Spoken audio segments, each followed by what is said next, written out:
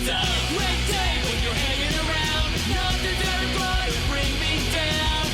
Good times are coming our way. Whenever, wherever, whatever today. Today is going to be a great day. I am Nikki G, your host. Welcome to the Lone Doctrine, the food for thought exploration station, and your place in making today better than yesterday. Why out of 9 times out of 10, I always have to hiccup during that intro, but I made it. Life can sometimes be a whirlwind. It takes you by surprise. It happens all at once. And that fact is that it's all about how we choose to respond.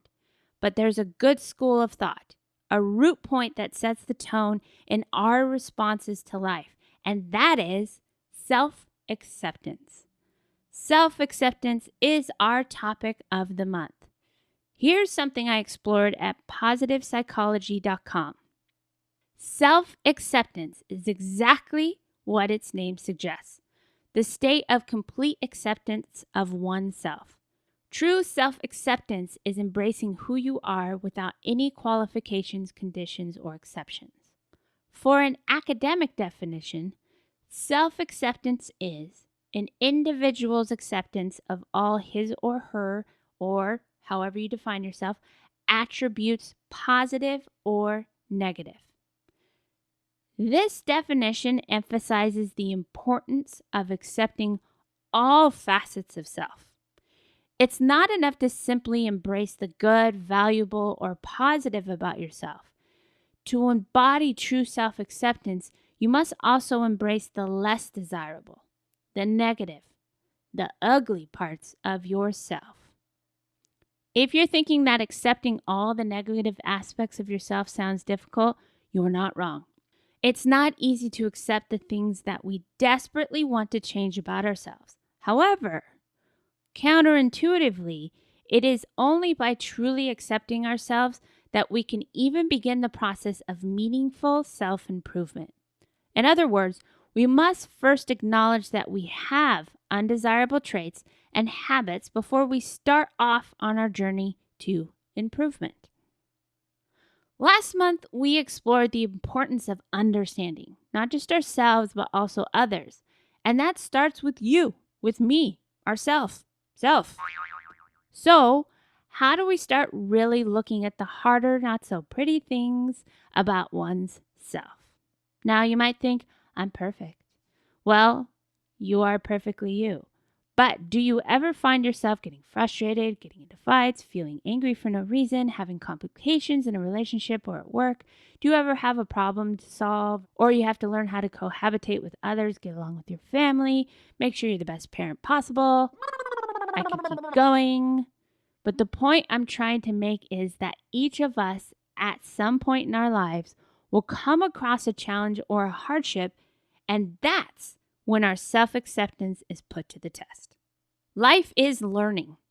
What I mean is that when we fully accept the fact that there's no possible way that one person can know everything and magically be perfect, we embrace the imperfection, which is perfect. We're constantly learning until the day we die. So why not embrace, or better yet, humble ourselves in knowing that there's always room to improve?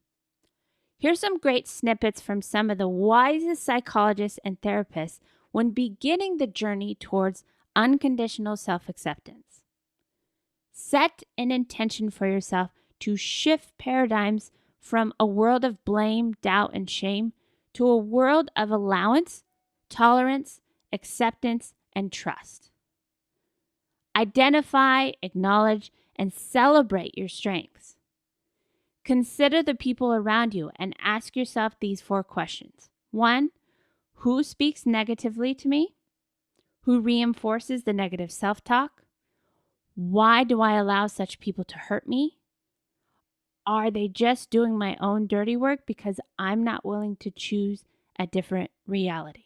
Create a support system by distancing yourself from those people who identify in hurting you or bringing you down, and surround yourself with people who accept and believe in you. Forgive yourself. Put your regrets in the past and move on. Shush your inner critic with a realistic mantra like, I am only human. I am doing the best that I can, and that is all I can do. I am only human. I am doing the best that I can, and that is all I can do. Grieve the loss of unrealized dreams. Accept and mourn for the hopes you had that will never come to fruition. Then get back to being the best you possible, because that's the energy that gets you to those dreams. Perform charitable acts and do good for others. Realize that acceptance is not resignation.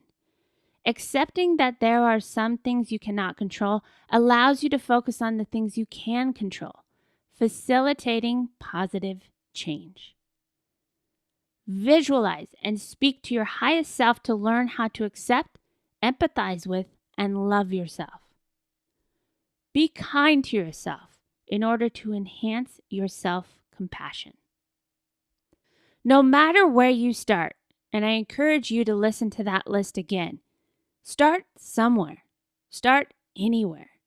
Even if it's just one shift at a time, in time you'll see your world shift with you, and you'll be glad you took the chance on yourself because you're worth it. Thank you for tuning in with us today. We appreciate you. And if you found value in this episode, we would love for you to share it with a friend, family member, or someone you might feel who needs a little extra support. Or if we could have a few seconds of your time, we'd love to hear your thoughts.